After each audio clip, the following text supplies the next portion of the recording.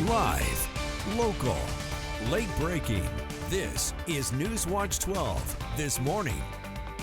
Good morning. The time is 6:30 on October 21st. Welcome to Newswatch 12 this morning. I'm Carlos Murrieta. We're taking a live look at beautiful Mount Shasta from the Mount Shasta Resort. We want to turn over to Storm Tracker 12 Chief Meteorologist Matt Hoffman for a look at your Tuesday. Mostly sunny skies for today. Warmer temperatures this afternoon after a cold start this morning. Up to 75 today in Medford, 76 degrees in Grants Pass, some lower 70s in Brookings and Wairika, and topping out around 67 degrees today in Klamath Falls. Here's a look at your fall color report. We are past peak east of the Cascades, but some pretty good color now in the Rogue Valley, and we're seeing right around peak color currently in the Mount Shasta area. So the next few days, some beautiful weather to maybe check out some of that fall foliage. We're going to stay dry. Temperatures will be fairly warm and above average, but then the first in a series of storm systems arrives on Friday with rain and some gusty winds, and we have some even more wet weather on the way for this upcoming weekend. We'll see some windy conditions and some cooler temperatures, but beneficial rain coming to the Pacific Northwest. Will be fine-tuning details on exact amounts. There's still some differences in timing with these systems and how potent they're going to be. I'll have more details on this big change in our weather coming up in just a bit. Carlos? Thank you, Matt. In our top story this morning, Governor Tina Kotek announced that all SNAP benefits in Oregon for November have been canceled due to the government shutdown. Kotek says the Trump administration notified state leaders of the change. That means 757,000 Oregonians will not receive benefits after October 31st. The Supplemental Nutrition Assistance Program is fully funded by the U.S. Department of Agriculture, which is at a standstill due to the shutdown. Governor Kotek calls the move cruel and unacceptable. And with SNAP being canceled for November, these cuts will have impacts all across the state. Newswatch 12's Grace Ritz dug deeper into what this could mean for Southern Oregonians and how local food pantries are preparing. Only 1 in 6 residents in Oregon use SNAP benefits to feed themselves or their families. And 22% of Oregon SNAP participants live in Congressional District 2, which includes Jackson, Josephine, and Klamath counties. With SNAP funding being paused, Oregonians may have to find food banks and pantries near them for assistance. For our clients, are they going to be able to eat and do the medicine and pay for rent? Food pantries like First Phoenix Community Center have already seen an increase in people coming for meals and food due to increased food prices, but they are now preparing for even more need. There is fear, and I think we have a pretty broad demographic at our food pantry. It's just more and more. Even with food grants and donations, First Phoenix still buys food for the pantry, and they're concerned about how they'll be able to stock the shelves. The dollars are not going as far as they used to go. We used to be able to purchase a lot more. Now that's much less, and we're looking for other opportunities, other ways to raise money and capital to buy the food. For more information on food pantries and food assistance near you, you can visit our website. Reporting in Phoenix, I'm Grace Ritz. And Oregon is not the only state concerned for the effects of SNAP benefits. California is also sounding the alarm when it comes to CalFresh. Governor Gavin Newsom announced that the government shutdown will likely delay food benefits for millions of Californians who rely on CalFresh cards. If Congress does not reopen the government by this Thursday or take action to fund benefits, CalFresh benefits will likely be delayed in November. And we are 3 weeks into the federal government shutdown with no end in sight. Lawmakers can't agree whether a stopgap spending plan should keep healthcare costs from rising. In fact, they can't even agree on whether to negotiate. At 21 days, the government shutdown is now tied for the second longest in U.S. history. Democrats say they want a funding bill that addresses Medicaid cuts and expiring Obamacare subsidies. Republicans say they won't discuss that until Democrats pass their funding bill with no changes. Tens of millions of people across the country will realize that their health insurance premiums, copays, and deductibles have skyrocketed beyond what's affordable because of Republican inaction. Now that Democrats have had their protest and publicity stunts, I just pray that they come to their senses and end this shutdown and reopen the government this week. Republicans are waiting, the American people are waiting, and we are ready to act. The longest shutdown ever remains the one during President Donald Trump's first term. It holds the record of 35 days after Democrats refused to pay for a border wall.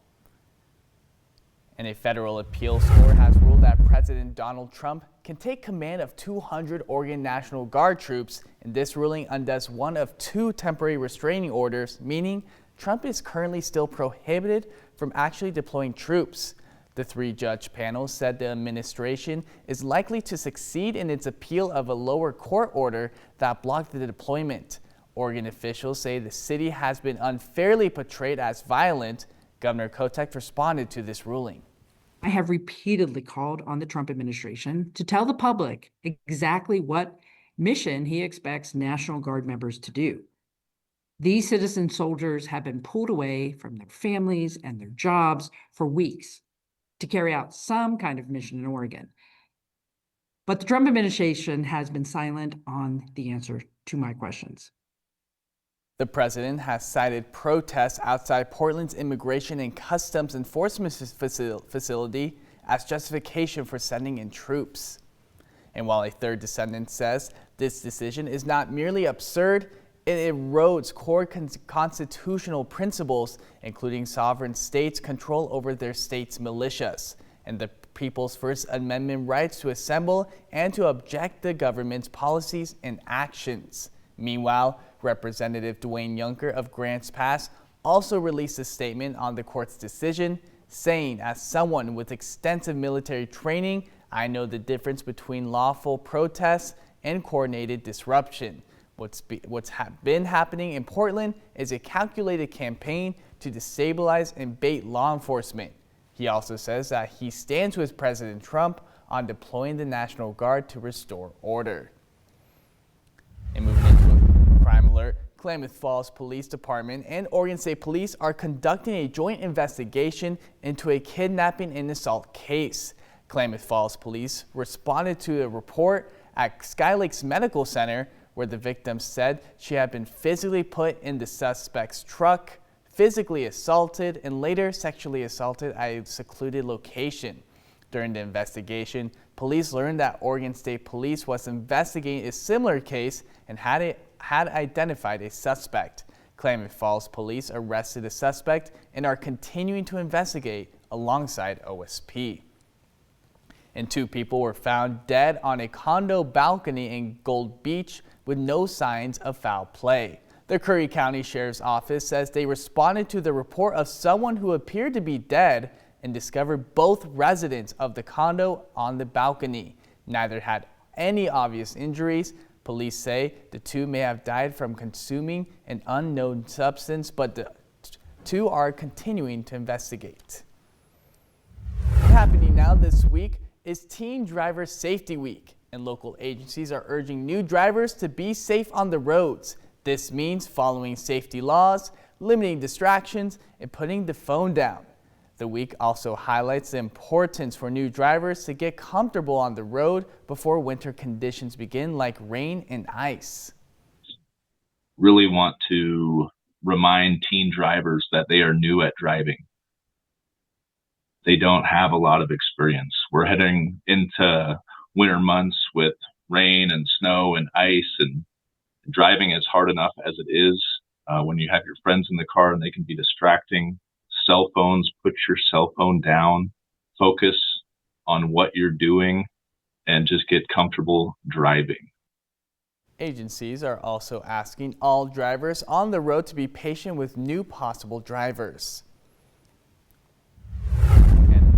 Fire watch. The city of Yreka is planning to conduct a prescribed pile burn at Greenhorn Reservoir. This operation is a part of an ongoing effort to promote forest health and reduce hazardous fuels ahead of the wet season. These burns are expected to last 2 to 3 days, beginning in the next 2 weeks. The city of Wairika and CAL FIRE ask everyone to avoid the trails and areas where those burns are taking place. And this past weekend, 35 volunteers helped plant pollinator plants at the new Flanagan Park Pollinator Garden over at Central Point.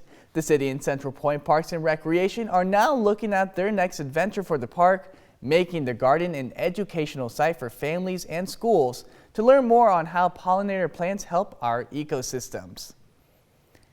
And there are several great Halloween events supporting kids in our region, including the 2025 Monster Dash in Ashland. The 17th annual Monster Dash returns to Lithia Park this week, raising money to support local teachers and classrooms. This year's Monster Dash happens this Saturday, and it's the foundation's only major fundraiser of the year. Last year's event drew a record-breaking 1,300 participants, and organizers hope to break that record once again.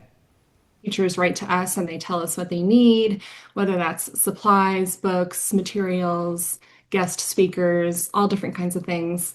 And then we're able to respond to those requests with proceeds from this event. The event features a 1-mile fun run, a 5K, a 10K with cash prizes for top finishers. The costume contest is free to enter, and families can enjoy obstacle courses, games, and activities near the start and finish line. Registration fees start at $10 for youth.